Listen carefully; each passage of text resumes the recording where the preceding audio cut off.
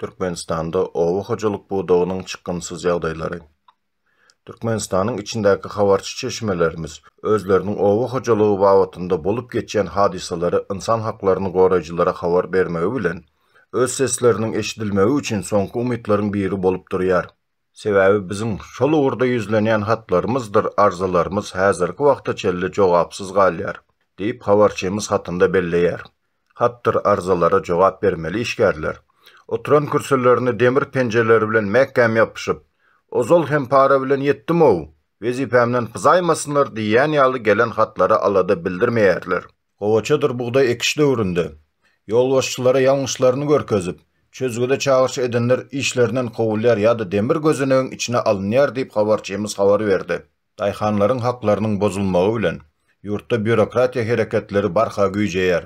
Ýurtda bolup geçen ýalynjaňlyk, başarnyksızlyk, bürokratik hereketleriň güýjemegi netijesinde ýygnalan paxtanyň, buğdoýyň, gök önümleriniň hasabatyny kalklaşdyrylmak netijesinde adamlaryň ykwallaryna öz täsirini ýetirýär.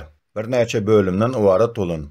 Türkmenistandaky çeşmelerimizden gelen analizi siziň dikkatyňyza ýetirýäris. Birinji bölüm. Ekrançylyk barady.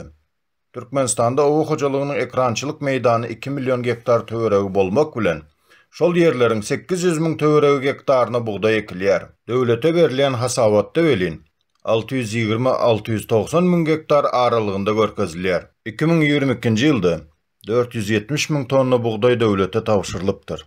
Döwlete degişli bolmadyk hususy mülk ýerlerde ýetişdirilen buğdaýyň jemi hem 100 000 tonna golay diýip çak edilýär. Halkyň elindäki buğday bilen birlikde hasaplasak, takminan her hektardan 700 sentnerden gowrak buğday alynan. Gally ekilen meýdanlaryň 100 000 hektary geçen ýylym, şu ýylym suwarylmandyr. Netijede su içmedik buğday meýdanlary gowrap galypdyr.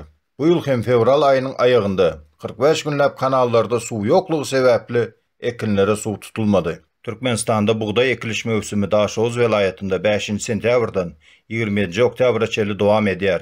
Beýleki vilayetlarda 15 sentyabrdan başlap 1 noýabra çeli dowam edýär. Ýurdumuzda buğday ekişini kada laýyk geçirjek bolsaň 330 000 hektardan artygyna tehnika ýetenok. Geçen ýyl 1 milyon 250 000 tonna buğday hasyly ýygnaldy diýilip döwlete hasabat berildi. Hakykatdan ýygnalan buğdaýyň 150 000 tonnasy un çykarmana ýarawsyz eken. Diňe mal üçin iýim hökmünde ulanmak bolýar. 330 000 tonna buğdaýyň hili hem pes derejede. Şeýle pes hili buğdaýy ýetişdirmek üçin 185 000 tonna tohum buğdaý sepilip, şondan 95 000 tonnasy daşary ýurtdan, esasan hem Gazaqstan, Rossiýadan tohumlyk buğdaý satyn alınıpdyr.